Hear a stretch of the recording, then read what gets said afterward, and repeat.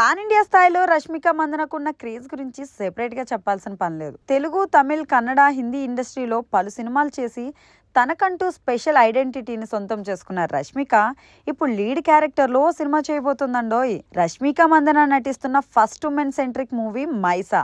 Recent గానే ఈ సినిమాకి సంబంధించిన ప్రీలుక్ పోస్టర్ రిలీజ్ అవగా ఆ పోస్టర్ చూసి అందరూ ఒక్కసారిగా షాక్ అయ్యారు. ఆ పోస్టర్ లో రష్మిక లుక్ చూసి అందరూ ఆశ్చర్యపోగా ప్రీలుక్ పోస్టర్ తోనే మైసా అందరి దృష్టిని ఆకర్షించడంతో పాటు సినిమాపై అంచనాలు కూడా పెంచేసింది. ఆ పోస్టర్ లో రష్మిక లుక్ చాలా ఇంటెన్స్ గా ఉండటంతో పాటు చాలా హుందాగా అనిపించింది.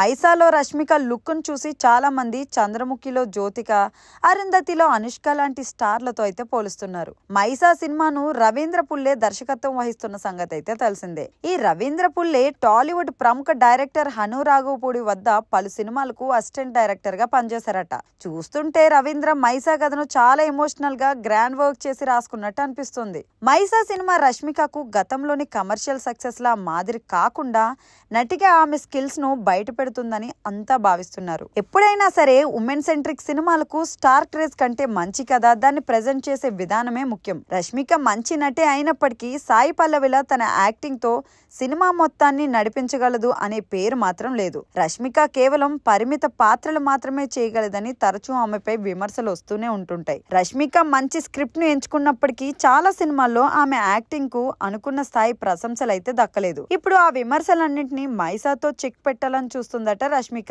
మైసా భారాన్ని మొత్తం తన భుజాలపై మోస్తూ తనెంత గొప్ప నటి అనేది అందరికీ తెలియజేయాలనుకునే క్రమంలో రష్మిక మైసాను ఒప్పుకుందని సమాచారం. అదే జరిగితే మైసా సినిమా రష్మిక కెరీర్ లో గేమ్ చేంజర్ గా మారబోతుంది.